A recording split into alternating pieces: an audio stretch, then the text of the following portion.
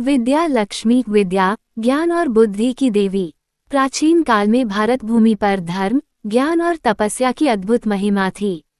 इस भूमि पर विद्या लक्ष्मी का वास था, जो न केवल धन और वैभव की देवी लक्ष्मी का एक स्वरूप थी, बल्कि ज्ञान, बुद्धि, विवेक और कला की अधिष्ठात्री देवी मानी जाती थीं। विद्या लक्ष्मी का सौंदर्य अनुपम था। उनके चारों हाथों में पुस्तक, माला, कमल और ज्ञान की मुद्रा रहती थी। वे सफेद वस्त्र धारण करती थीं और उनके वाहन के रूप में एक सफेद हंस होता था। एक समय की बात है, पृथ्वी पर अंधकार छा गया। न केवल अज्ञान का अंधकार, बल्कि अधर्म, असत्य, स्वार्थ, लोभ और घृणा का भी अंधकार। लोग धन के पीछे भागने लगे, पर विद्या, विवेक और सत्य को भूल बैठे।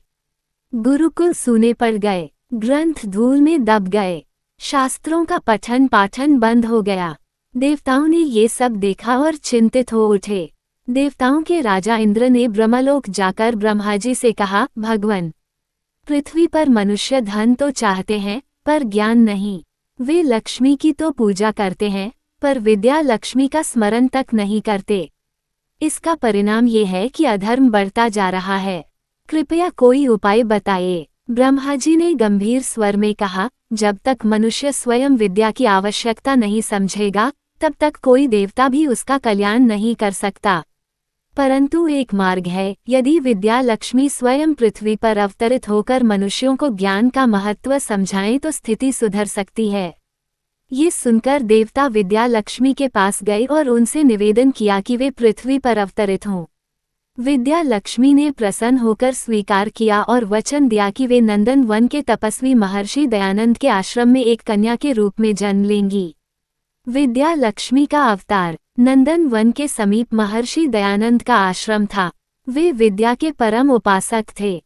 वर्षों की तपस्या के पश्चात एक दिव्य कन्या उनके आश्रम में उत्पन्न हुई। बालिका अत्यंत सुंदर थी। उसका नाम रखा गया विद्या। वह बाल्यकाल से ही अद्भुत थी। 7 वर्ष की आयु में वेदों का ज्ञान, 10 वर्ष में उपनिषदों का गूढ़ अर्थ, 12 वर्ष में सभी शास्त्रों की व्याख्या उसके कंठस्थ थी। विद्या के गुणों की महिमा धीरे धीरे दूर दूर तक फैलने लगी। राजा भीमसेन ने भी उसकी विद्वता के बारे में सुना। उसकी रानी शीलवती भी एक विदुषी स्त्री थी। राजा ने अपने नगर में एक महायज्ञ और विद्वत सभा का आयोजन किया, जिसमें अनेक पंडित, ऋषि मुनि, ब्राह्मण, ज्ञानी एकत्रित हुए। राजा ने घोषणा की, जो कोई इस विद्वत सभा में सबसे उत्तम ज्ञान देगा, उसे राजगुरु की उपाधि दी जाएगी। महर्षि दयानंद अपनी पुत्री विद्या को साथ लेकर सभा में पहुंचे। वहां अनेक बड़े बड़े ज्ञानी पुरुष भी उपस्थित थे। विद्या ने वहां वेद, शास्त्र, उपनिषद, न्यायशास्त्र, आयुर्वेद, खगोलशास्त्र और नीतिशास्त्र पर गूढ़ भाषण दिया। सभी विद्वान चकित हो गए। एक वृद्ध पंडित ने पूछा, कन्या, तू स्त्री होकर भी कैसे इतना ज्ञान प्राप्त कर सकी? विद्या मुस्कुराई और बोली, देव, ज्ञान का कोई लिंग नहीं होता। न वह नर है, न नारी। वह केवल शुद्ध चेतना है। जो मन शुद्ध है, जो आत्मा सत्य की खोज में है, वही विद्या का अधिकारी है। न उम्र का बंधन है, न जाति का। केवल श्रद्धा, भक्ति और पुरुषार्थ चाहिए।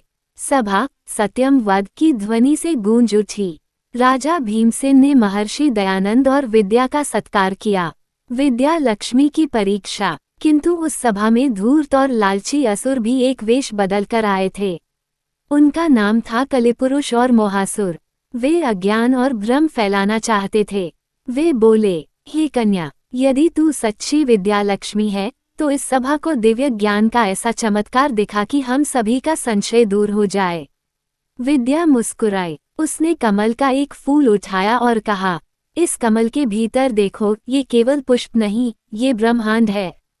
इस पंखुड़ी में सूर्यलोक, इसमें चंद्रलोक, इसमें सप्तऋषि मंडल, इसमें ध्रुव, इसमें पृथ्वी, जल, अग्नि, वायु, आकाश सब हैं। सभा के सभी जन कमल में झांकने लगे और सचमुच उनमें ब्रह्मांड के दृश्य दिखाई दिए। विद्या बोली, जो ज्ञान के नेत्र खोलता है, उसे जगत के रहस्य सुलभ होते हैं।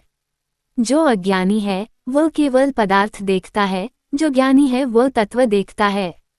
असुरों ने सिर झुका लिया।